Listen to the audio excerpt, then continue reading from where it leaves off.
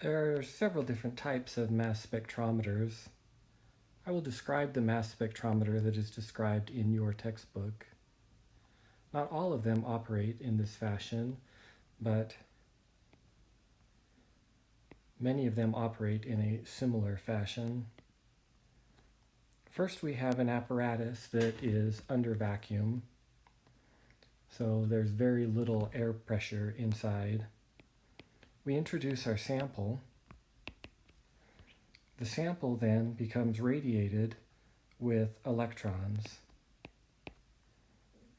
The sample comes in, it's radiated with electrons.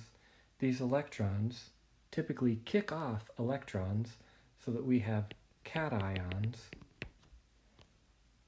that then are representative of the element, or it might even be the fragment of a molecule.